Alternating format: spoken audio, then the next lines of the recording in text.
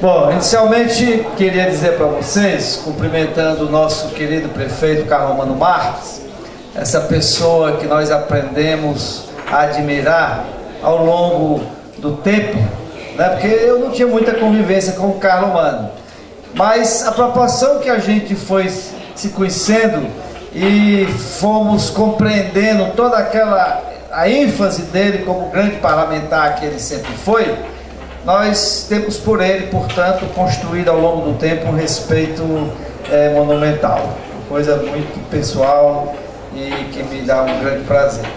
Também para nós estar na presença de pessoas tão importantes que fazem hoje esse tema tão essencial para a vida da comunidade, para a vida da sociedade, para a vida do mundo inteiro, que é a questão do meio ambiente e os seus conceitos de sustentabilidade. Estava falando aqui para o Carlos Romano, porque ele é também, além de todas as qualidades que ele tem, ele é um formador de time, assim, especial, porque ele realmente montou aqui em Pacatuba um time que certamente honraria qualquer governo, quer seja de prefeitura, quer seja de governo estadual. E aí, João, você certamente é uma pessoa que se enquadra nesse nível, né, nessa estirpe de grandes executivos que conhecem profundamente aquilo que faz. Para mim também é um grande prazer conviver com colegas que foram da Câmara Federal, o Zé Gerardo, o Arthur Bruno, essa figura especialíssima que hoje o governador Camilo pensou da vida pública para tocar a questão do meio ambiente aqui no governo dele e que ele faz com grande maestria. O Paulo César, que hoje é o presidente de um órgão muito importante no Ceará, que é a CODES, né, que administra toda essa questão de galpões industriais e infraestrutura para aqueles que querem investir no Ceará. Portanto, meus queridos amigos, queria também citar a juventude do deputado que nos antecedeu, que é essa figura hoje reconhecida na vida do parlamento, que certamente vai fazer do parlamento do Ceará um parlamento cada vez mais qualificado, e é com muito prazer que eu ouvi as suas palavras. Mas, meus amigos, o tema é um tema hoje suscitado no mundo inteiro como o mais importante tema a ser abordado hoje por qualquer entidade internacional ou por qualquer país, que é a questão do meio ambiente. Há uma contradição que eu queria dizer hoje, tentando não me estender muito, que é a contradição que ocorreu nos países desenvolvidos. Todos os países desenvolvidos na atualidade, eles foram extremamente agressivos com o seu meio ambiente. Não respeitou absolutamente nada do que tinha dos seus principais biomas. E hoje tentam de alguma forma salvar uma ou outra ocorrência dessa no seu território, mas eu estava me lembrando, isso vale para todos os países desenvolvidos. A Europa nem se fala, os Estados Unidos também.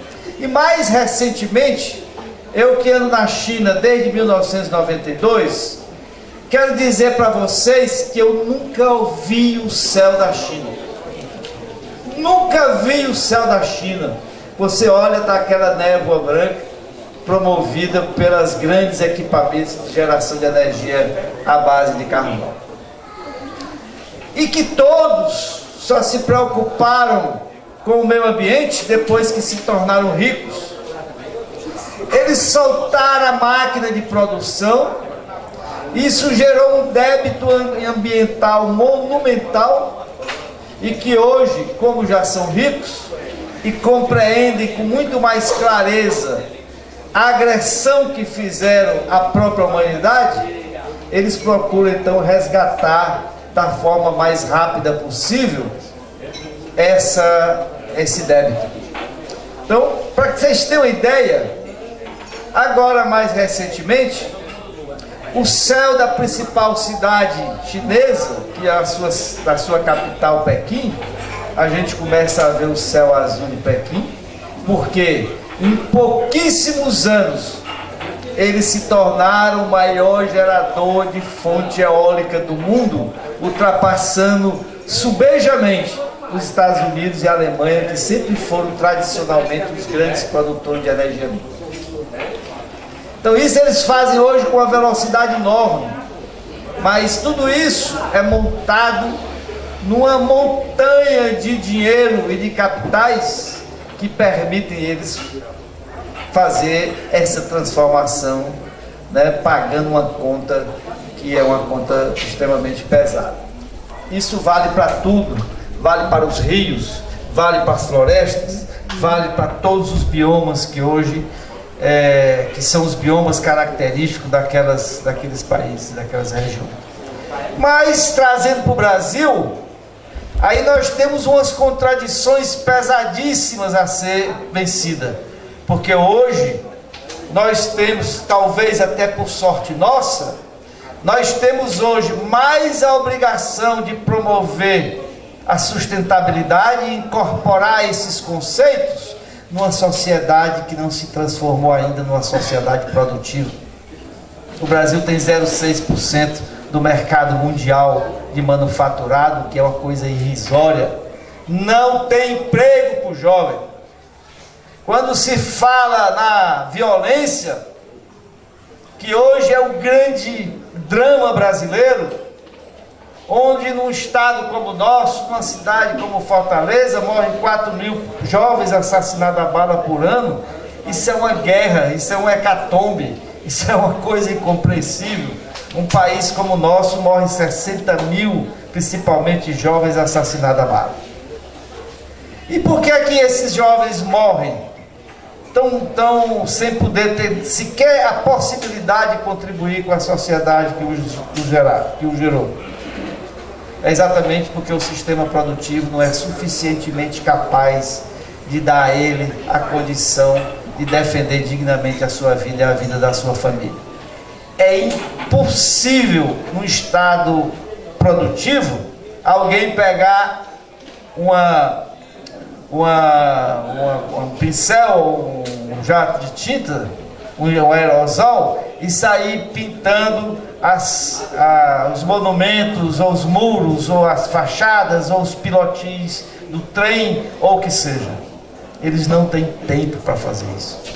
O sistema produtivo vai lá e pinça o camarada e treina ele e põe numa máquina para produzir. E hoje o Brasil está completamente melecado. Se você chegar no Rio é uma coisa absurda, em Fortaleza é uma coisa absurda, e ninguém infere nada disso a partir dessa realidade. Então o que eu quero, afinal de contas, dizer é que o Brasil começa pelo conceito da sustentabilidade antes de se tornar um país rico. Ele começa pela necessidade de investir e ter cuidado com esse tema antes de dar emprego a cada jovem, a cada cidadão e cidadã dessa terra. Então nós começamos pelo fim, e isso talvez nos dê a possibilidade de ficar ricos sem ter um débito tão grave como ocorreram com os outros países. E aí vem outros elementos, né, que eu não quero ser maçante com vocês, mas grande parte das cidades, a grande maioria das cidades, o esgoto corre na coxia das calçadas. Não tem esgoto no Brasil e muito especialmente no Nordeste brasileiro. Então, para onde corre aquele esgoto é para poluir o rio que passa drenado pela cidade, e é desse mesmo rio que se tira a água para a população beber. Isso é a realidade clara. E não há fonte de recurso nacional capaz de solucionar esse problema, porque uma contazinha mínima é qualquer coisa da ordem de 550, 600 bilhões de reais para dar os 100% de saneamento básico. Esse é um tema gravíssimo, porque nós estamos lá lutando contra a chikungunya, combatendo a Aedes aegypti, estimulando a senhora dona de casa a virar a bacia para não deixar acumular água. E eu vivi uma realidade recente muito interessante. E ter cuidado com a planta para não acumular água. E na frente da casa dela está passando a água que ela derramou daquela bacia ou saiu utilizada das pilhas da casa. Essa é uma realidade que tem que ser enfrentada, né? Que tem que ter um esforço muito grande de todos os parlamentares, do governo, dos planejamentos de longo prazo. Mas, encerrando as minhas palavras, quero dizer, a proporção que lembramos desses conceitos, porque o mais difícil de toda a vida política brasileira é que se costuma se alienar da nossa realidade. Então, dizer que me sinto extremamente honrado por estar aqui hoje nessa noite, portanto,